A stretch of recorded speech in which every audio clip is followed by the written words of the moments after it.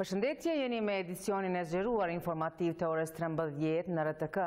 Minutat në vijim do t'ju njohim me zhvillimet e fundit nga vendi, rajoni dhe bota. Me ju në studio do t'jem unë Vlor Fetoshi. Kosova urgjentisht duhet të tejkaloj gjendjen e izolimit duke ratifikuar marrëveshjen për vijën kufitare me Malin e Zi, e cila sjell edhe heqjen e vizave për qytetarët tanë nga BE-ja. Kështu ka deklaruar presidenti Hashim Thaçi pas publikimit të strategjisë së re të Komisionit Evropian për perspektivën e integrimit të Ballkanit Perëndimor në Bashkimin Evropian. Presidenti Thaçi vlerëson se hartimi i këtij dokumenti strategjik e trajton Kosovën si pjesë integrale të planeve të zgjerimit të Bashkimit Evropian. Megjithatë, në rrjetet sociale në Facebook, Thaçi ka shkruar se për arsye të njohura politike, fatkeqësisht ky dokument nuk ka arritur të paraqesë një perspektivë të antarësimit gjithëpërfshirës dhe të barabartë për të gjitha vendet e rajonit. Sipas tij, kjo strategji ka dështuar të ofrojë qartësi për antarësimin e Kosovës në BE. Ratifikimi i marrëveshjes me Malin e Zi nuk është çështje fqinjësore, por çështje e brendshme e Kosovës dhe duhet të gjendet një zgjidhje nga i gjithë spektri politik. Kështu deklaroi sot Ministra e Integrimit Evropian Dhurata Hoxha. Në një konferencë për media, Ministra Hoxha tha se duhet të arrihet sa më parë marrëveshje për këtë çështje dhe sa më parë që miratohet aq më shpejt qytetarët do ta gëzojnë liberalizimin e vizave. Ajo ka shtuar se Kosova është e përkushtuar që t'i përfundojë obligimet ndërkombëtare, ndërsa shpreson që gjatë javëve në vazhdim do të gjendet një zgjidhje në mënyrë që viti 2018 të jetë viti lëvizjes së lirë. Ndjekim në vazhdim një deklaratë të ministrës Hoxha. Bashkimi Evropian na e ka hapur derën dhe ne duhet të kalojmë nëpër këtë derë. Duhet të ecim nëpër këtë derë dhe në këtë fazë, edhe pse më duhet të them se kemi pritur më shumë dhe hapa më konkret drejt këtij procesi, pra procesit të integrimit. Megjithatë, e kam thënë edhe më herët se integrimi jonë në BE nuk ka alternativë. Pra me gjithë faktin se Kosova nuk është përmendur me hapa konkret në këtë strategji, neve na mbetet të përfundojmë detyrat tona, obligimet tona dhe të ecim me hapa sa më të shpejt drejt procesit të integrimit evropian. Për liberalizim të vizave është folur edhe në Washington, ku po qëndron zëvendës kryeministri Dardan Gashi. Përmes një komunikate për media, bëhet e ditur se gjatë takimit të Gashit me kongresistin Eliot Engel është diskutuar edhe për nevojën që Kosova si shtet të ketë ushtrinë e vet. Mes tjerash, zëvendës kryeministri Gashi ka thënë se demarkacioni me Malin e Zi është një çështje që është duke marrë formën e zgjidhjes.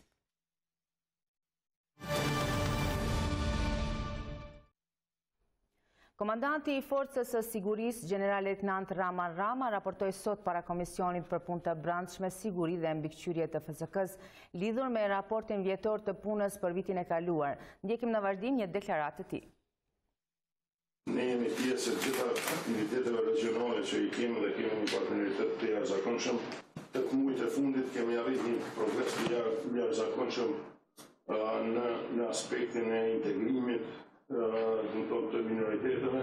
Jo dhe që ne kemi pas paka shumë të lashët me integrimin e minoritetet sërbë, por kemi arrit një progres të jashtëzakonshëm.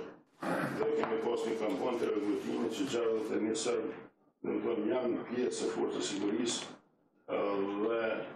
dhe kemi pas një regrutim të fundit që 34 pjesëtarë sërbë vinë nga pjesa veriore e Kosovës dhe janë në fazën e përfundimit të trajnimit bazik. Vazhdojmë tutje me informacionet të tjera të ditës. Kryetari i Kuvendit Kadri Veseli po qëndron për vizitë zyrtare në Kroaci, ku do të pritet nga autoritetet më të larta shtetërore në Zagreb. Kryeparlamentari Veseli pritet të takojë homologun e tij kroat Gordan Draković, ndërsa pasdite do të pritet në takim edhe nga kryeministri i këtij vendi Andrej Plenković. Vazhdojmë edicionin me informacionet e tjera. Këshilli i Sigurimit i OKB-s do të diskutojë sot për Kosovën. Kjo mbledhje do të mbahet për të diskutuar raportin e fundit të sekretarit të OKB-s Antonio Guterres mbi punën e UNMIK-ut në Kosovë për një periudhë 4 mujore. Tekst e veçantë në këtë raport zëvrasja Oliver Ivanovićit dhe përpjekja për ta shfuqizuar ligjin për gjykatën speciale. Në sferën e dialogut ndërmjet Kosovës dhe Serbisë, sekretari i OKB-s Antonio Guterres ka përmendur disa veprime nga të dyja shtetet drejt implementimit të marrëveshjeve të arritura deri tash.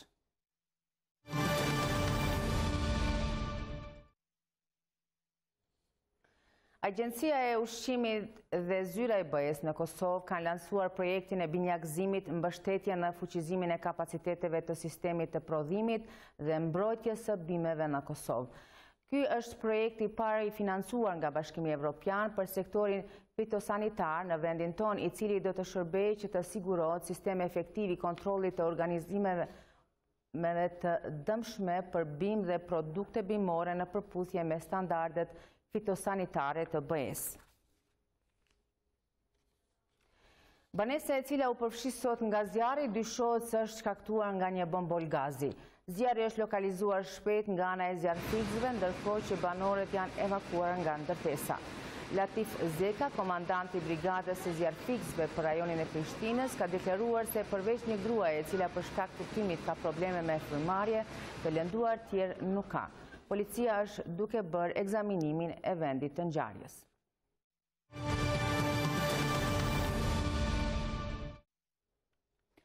Tronditjet vazhdojnë të atrazojnë Tajvanin pas një tërmeti të fortë që la të paktën 4 të vdekur dhe lëndoi më shumë se 200 të tjerë. Një tërmet i fuqishëm me magnitud 6.4 ka rënë gjatë natës së mbrëmshme rreth 20 kilometra larg bregut lindor të ishullit të Tajvanit. Ndërtesa të shumta në të gjithë qytetin Hualien janë dëmtuar rënd.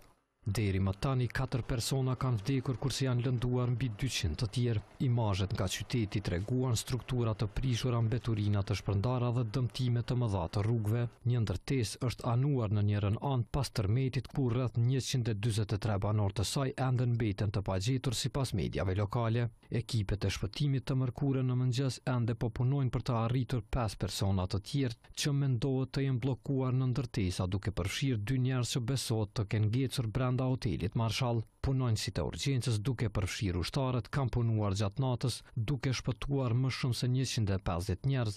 Nga ndërtesat e dëmtuara, por tronditjet e fuqishme kanë ndërprerë përpjekjet e shpëtimit. Qyteti Hualien, një qendër popullore turistike, është shtëpia e rreth 100.000 banorëve. Sipërmarrësi amerikan Elon Musk ka lansuar raketën e tij të re nga qendra hapësinore Kennedy në Florida.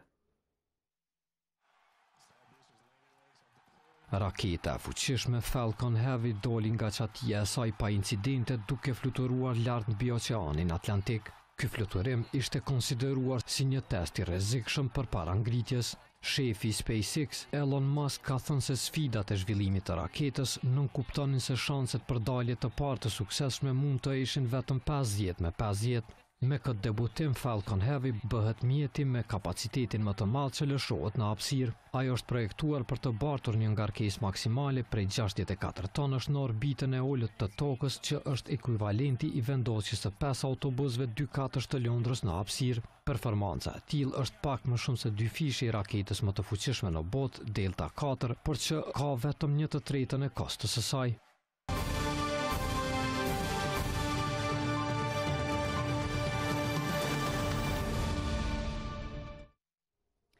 Shërbimi 24 orësh në kardiologji dhe kardiokirurgji është një sinjal i mirë drejt përmirësimit të gjendjes në shëndetësi. Për të diskutuar detaje rreth çështjes, me mua në studio është Shemsi Veseli, antar i bordit në Qendrën Klinike Universitare. Zoti Veseli, mirë se erdhët. Mirë se jeni. Zoti Veseli, tham që është lajm i mirë kjo që ndodhi, shpresojmë që të shkojë gjithçka mirë. Por jemi kurështar të dim, ka kapacitete që KUK-ja që të përballojë të shërbim 24 orësh? Që thëmë të drejtën fillimisht për hir të opinionit, ne kemi bërë një pilot projekt në vitin 2014 dhe ka qenë atëherë edhe 24 orë, për ja 3-4 muaj jemi mundur faktikisht që ta mbajmë. Mirë po për shkak se s'kemi pas kapacitetet të shuj edhe profesionale, dhe me që Ministria Financa në atë periudhë kohore dhe qeveria nuk mujti me na mbështet me staf, atëherë u detyruam që na si shërbim spitalor klinik universitar që të ndërpritet dhe ajo mandej vazhdoi ashtu ka 12 orë.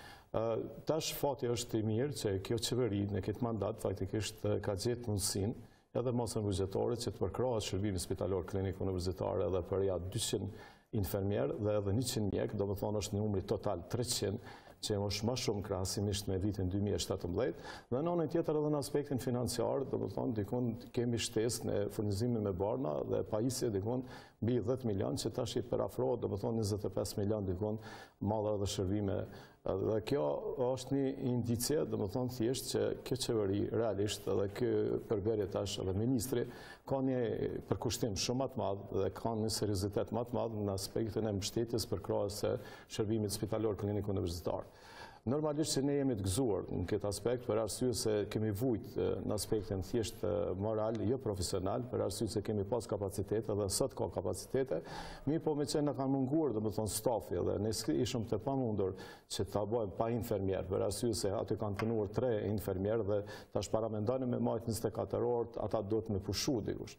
Dhe tash është fati që do më thonë është bërë numri i infermierve, është menaxhmenti i cili ka rrok me një përkushtim shumë më të madh dhe normalisht ministri, bordi drejtues shërbimit spitalor, drejtori, ushtruesi i drejtorit shërbimit spitalor klinik universitar, dhe tash është marrë qëndrimi dhe vendimi faktikisht që do të jetë 24 orë. Kjo është në të mirën mas pari të qytetarëve të Republikës Kosovës, gjithsesi pacientëve, cilët për fat keq ju ka dashur në mungesë të këtij shërbimi, nganjëherë ndoshta edhe të ju përkushton, gjithsesi ju kushton, ndoshta edhe jeta pacientit se është sorollat derisa shkuar për aty të konstatohet dhe të shkon deri te një spital tash privat, shërbimet a ka qenë apo s'kan qenë. Dhe në anën tjetër normalisht që edhe stafi profesional është i gëzuar për arsye se na mund ta japim domethënë shërbimin tonë dhe mund të jemi në shërbim maksimal profesional 24 orësh. Sfidë është për neve normal, por është një çështje që në këtë aspekt edhe shteti fiton shumë, se ne e dim që smundjet kardiokirurgjike janë, gjithsesi kardiologjike janë vrasje numër 1 në botë dhe në këtë rast për fat keq në Kosovë është në shtim rritje ky numër dhe vitin e kaluar 2017 Ministria e Shëndetësisë vetëm nga aspektin e trajtimit këtyre smundjeve ka harxuar diku mbi 2 milion euro. Dhe tash paramendojnë ato 2 milion euro sikur të rrinë brenda dhe të investohet në shërbimin spitalor klinik universitar, normalisht që do të bënte një bomë shumë të madh. Unë besoj që është një nismë e mirë, domethënë është një shenjë e mirë, na ka dhënë shtytje faktikisht dhe në anën tjetër po vret që faktikisht qeveria ka një gatishmëri shumë më të madhe me qas edhe me përkrah shëndetësinë që është domosdoshme për arsye se qytetarët e Republikës Kosovës e meritojnë faktikisht një shërbim shumë më të mirë që pa fajin e tyre dhe pa fajin tonë për shkak mungesës të mbështetjes financiare që ka munguar deri tash dhe një përkushtimi më serioz kemi mbetë në këtë situatë. Cecilia, është vërtet kthimi i pacientëve në QPUK? Ka pas kërkesa më të shtuara, janë tërheq prej spitaleve private, se e dim gjithë si ka funksionuar deri tani, gjithë kemi bërë zgjidhje, kemi kërkuar zgjidhje në qendra klinike universitare që janë tonat, kanë ardhur nga gjithandej. Të them të drejtën edhe përpara me gjithë respektin që kam edhe për shërbimin privat, se na nuk jemi për me ngulfat, domethënë shërbimin privat, rastet kur janë komplikuar zakonisht, prap ata kanë gjetë mbështetjen te shërbimi spitalor klinik universitar, pavarësisht intervenimeve dhe kostos buxhetore që ju ka kushtuar. Normalisht që tash janë shumë, domethënë numri më i madh fluksi pacientëve, është rrit, po në anën tjetër është edhe një gëzim i madh i tyre dhe joni që thash edhe parë, për arsye se tash e gjejnë shërbimin 24 orë dhe kjo do të ketë kursim, duke pas parasysh gjendjen ekonomike shumë të rënduar të qytetarëve të Republikës, standardin e tyre dhe normalisht shërbimet që do të jenë simbolike të quajnë kuptimin e asaj që deri tash nuk ka bashkëpagesa dhe këto shërbime, ku më ditë sa, realisht që ata do të vinë në shërbimin spitalor klinik universitar, po t'ju them të drejtën pa i nënshmu kolegë, siguria është shumë e madhe në shërbimin spitalor klinik universitar, se çdo komplikim tjetër që kishme mujt janë shërbime tjera gjithse që i bashkangjiten ekipit të kardiokirurgëve dhe do të jetë domethënë shumë ma lehtë në gjithat për kryerjen gjithsesi të atij intervenimi. Unë jam shumë i bindur që ky fluks ende do të rritet për arsye se ndoshta këtë qytetarët ende s'kan mujt se ka disa që ndoshta s'kan mundësi të informohen. Dhe në anën tjetër jam i bindur që edhe përkraja e qeverisë, kjo është veç pilot projekti fillim, domethënë që do të jetë një mbështetje shumë më madhe me rishikimin e buxhetit dhe normalisht që do të pajismi na presim tash edhe koronografin e dytë që do të vendoset dhe në anën tjetër do të kemi mundësi domethënë që të punojnë 2 ekipe për një herë në standimin e pacientëve, cilët sinqerisht po them për fat keq në shërbimet që janë dhënë këtu, sidomos private në Kosovë, ka qenë një çmime jashtëzakonisht astronomike, cilët unë nuk më jemi kuptu, ata që sidomos në Kosovë, për arsye se të njëjtat shërbime në rajon janë shumë më lirë se sa për shembull këtu. Tash s'po duhet përmeni emrat e spitalit, por do të them që një stend, nëse është vendosur në këtë rast më eklatant e kemi para një javë edhe 2 faktikisht balona që i them në aspektin profesional, gjithsesi ka kushtuar nështë pacientit 7.000 euro, që në rajon nuk ishme kushtuar ma shumë se 3.500 deri në 4.000 po flasë për shumë. Me cilat problemet zemrës do të merret ky ekip, apo me të gjitha?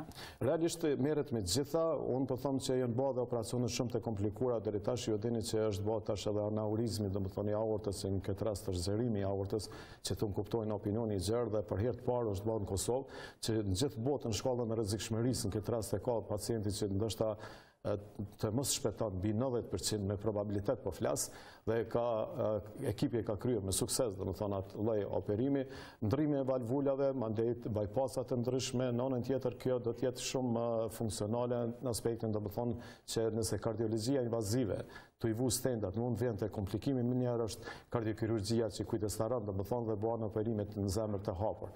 Normalisht që fillimisht kemi pas problem me sigurimin e stafit, duke na mbështet, domethënë qeveria me numra, tash diku kemi ja 5-6 kardiokirurg që kujdestarohen, kemi edhe nga shteti amë që në kanë ndihmuar, domethënë me 2 kardiokirurg, gjithsesi që është dhe në anën tjetër janë tash gjenerata re që janë të Kosovës që i kanë kryer specializimin dhe njëri prej tyre veç është kyç dhe tash presën dhe të tjerë, dhe unë besoj që absolutisht nuk do të ketë kurfar problemi sa i përket kuadrit si kuadër. Po me mjekët që punojnë njëkohësisht edhe në spitalet private, në qendrat private? Po, realisht nuk më me thonë se kapi kolegëve se ligji ja mundson, domethënë që të punojnë. Do të ketë kohë? Jo, ai është i obliguar që gjatë orarit domethënë të respekton shërbimin ku është në publik, dhe në anën tjetër mos të kryen është e drejtë e tij ligjore, domethënë që të merret edhe në shërbimet privat, por asesi nuk do të lejojmë domethënë nëse është fol që të interferon. E di që mundsohet me ligj, por ne kemi hallin se sa do të jetë efektiv pastaj. Them të drejtën, kjo është çështje që qeveria do të merret tash, nëse ma lyp mendimin tim personal. Unë jam jetari asaj që definoa njerë për gjithmonë, domethënë këto shërbimet. Mirë, po tash megjithatë që ka pjesa dërmuese kolegëve që mendojnë që edhe është e drejtë ligjore, domethënë që ai ka të drejtë punon edhe në ato. Mirë, po duhet të them një diçka që për të mbajt kolegët, sinqerisht po them, të punojnë në sektorin publik, do të qeveria të reflekton për arsye se janë paga jashtëzakonisht e padinjiteshme në raport me mantill bardh. Këtë e kishim edhe në pjesën e fundit, vazhdos. Dhe t'ju them të drejtën, normalisht që do të krijohen kushtet dhe rrethonat që faktikisht kërkohet edhe përgjegjësi.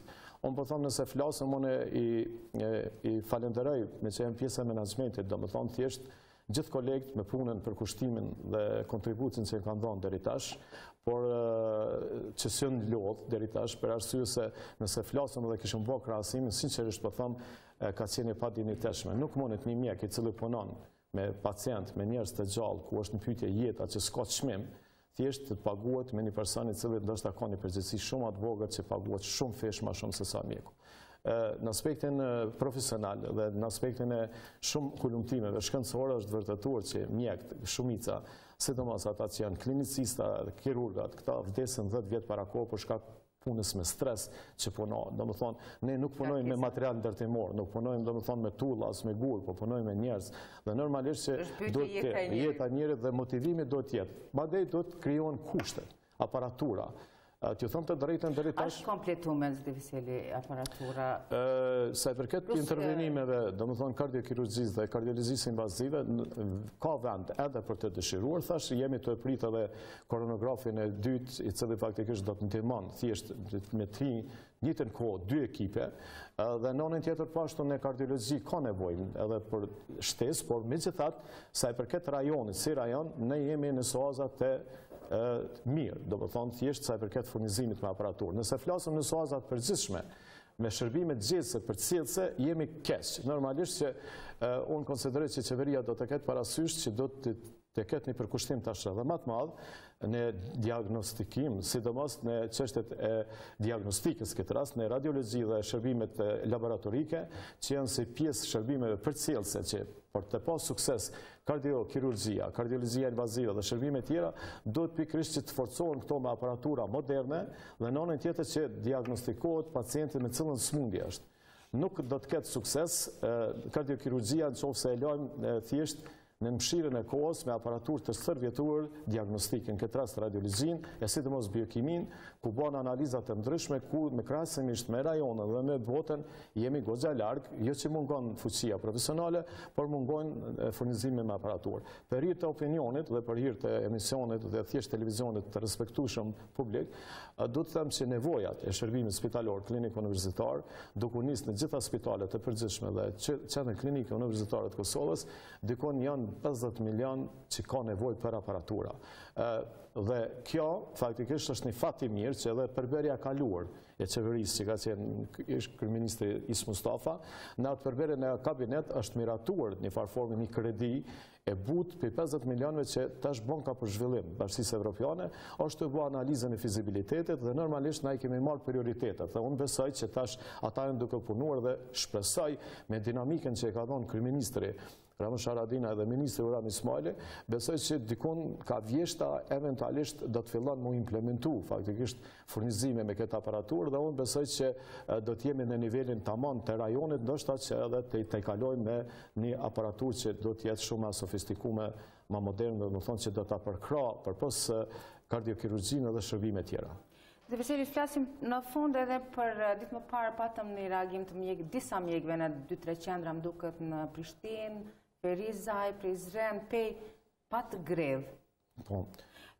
Ju është premtuar një rritje pagë, si di, do të ndikoj kjo nëse nuk realizohet për pyes. Do të ndikoj në këtë shërbimi 24 orësh, sepse besoj që ata prap do t'i kthehen grevës nëse nuk ju plotësohen kërkesat e tyre. Fillimisht do të them një diçka që realisht kërkesat e kolegëve që kanë qenë kërkesa shumë të arsyeshme dhe unë mendoj që janë edhe të qëndrueshme, por megjithatë unë konsideroj që nuk ka pas nevojë që të vazhdohet ma tjetër, për ma vonë, do më thonë gjithësisht ma tutje, për arsye se ne kemi hi në një lloj bisedimi, gjithësisht këtu tash është të na përfasu Federata e Sindikatës, do më thonë shëndetësisë, është krijuar një grup për ndër ministror, ku bën Ministria e Financa, Ministria e Shëndetësisë, Ministria e Administratës Publike, janë stafi nga kryeministri dhe normalisht janë dytë, edhe kryeministri dhe ministrit e interesuar, dhe normalisht edhe bordi drejtues së bashku me ushtruesin e detyrës drejtorit për ngritjen e këtij koeficienti. Ne jemi të interesuar, edhe për këtë edhe kolegët kanë reflektuar që kjo një herë për gjithmonë Kosovë të rregullohet me anë të ligjit, do më thonë koeficientat, jo vetëm për shëndetësi, po edhe të shërbimeve tjera. Për arsye se ka pas edhe ka laramanim Kosovë. Është i njëjti profesion, i njëjti shërbim, në Prizren paguhet ndryshe, në Prishtinë paguhet ndryshe, që është anomali, do më thonë dhe është pa justifikueshëm. Sukur të tishëm na një gjenerat bashkë, ju të paguni ma ndryshe, në ma ndryshe, nuk ka, krijan averzion. Ndikon. Dhe kështu që unë besoj që jam shumë i sigurt që do të ketë rritje, nuk më i të flasë tash me çfarë koeficienti, por unë besoj që ka vendosmëri edhe nga ana kryeministrit, edhe nga ministri i Financave, ministri i Shëndetësisë, gjithsesi qeveria që ngritet një koeficient i cili do ta rregullon një herë për gjithmonë, ta ketë një pagë më dinjiteshme normalisht që tashti kur ka një pagë dinjitetin mund është nesër edhe me kërkuar nga kolegët nëse definon ligji që të thosht përcaktohesh dëm shërbimi publik dëm privat. Unë jam i bindur se gjithë kolegët kanë familje dhe kishin edhe ata me pas nevojë me ju përkushtu familjes kur ta kishin një pagë më dinjitetshme dhe nuk ishin orientuar domethënë që të ketë privat. Secili ka dëshirë të jetë me fëmijën e vet, me nanën, me prind, domethënë përgjithësi, por koha ja ka imponuar faktikisht që ai të bie atë. Dhe nëse krahasojmë tashti me disa shërbime tjera dhe me një propozim draft i cili sinqerisht ka krijuar averzion të mantellbart, kur ka qenë për shembull lejoni vetë ta ilustroj, për shembull një punëtor fizik i cili pranon kufomen në morgun e për shembull, vetëm dorëzim pranimin ka qenë dallimi me 0.02 koeficiente, 2.5 e ka pas ai që punon në mark dhe llogaritmi mjeku specialist 2.7 që nën kupton dikon baza paga atje dikon 600 euro. Sinqerisht është e dhimbshme kjo me dëgju, një njeri i cili ka kryer të quaj edhe 6 vjet fakultetin mjekësisë, edhe 6 vjet tjetër në specializim dhe subspecializim dhe të merr një pagë të tillë është jashtëzakonisht i falënderueshëm. Është vë presion që ndryshohet kjo? Po, tash është normalisht që e kanë kuptuar dhe ka reflektuar dhe ka një gatishmëri më të madhe nga qeveria, të them të drejtën se edhe përpara nuk do të thotë që s'është diskutuar dhe nuk do të thotë që s'ka pas ngritje të koeficienta se jemi dëshmitar të kohës, domethënë që ka pas edhe në vitet e kaluara edhe nga kryeministri Hashim Thaçi kur ka qenë edhe sa në tjera, por megjithatë nuk është arritur ai koeficienti i cili është masë i nevojshëm sinqerisht që të jetë i dinjitetshëm pak a shumë për Mantil Bardh. Edhe nëse i krahasojmë me kolegën e Bashkinë Evropiane. Unë nuk duhet të thëmë që mjeku do t'i ketë 15.000 euro, por nëse flasëm për shkakun se ne po folin në Afrikën e Jugut, po flasin në Zvicër ose dikon, një kolegi imi për shkakun që kujdestarën gjatë vikendit ndoshta i merr 200-300 franga. Na tash për shembull i merr ti 30-40 euro një kujdestari kur hyn në sallë të operacionit ndoshta edhe 6 orë sundel se të komplikohet rasti ndoshta edhe 8 orë dhe të paguhet domethënë me aq sinqerisht është e pajustifikueshme. Zoti Veseli, shumë faleminderit për kohën tuaj. Më ndërqofshi faleminderit për ftesën. Ndërkohë shikues, faleminderit që na ndoqët, mirupafshim.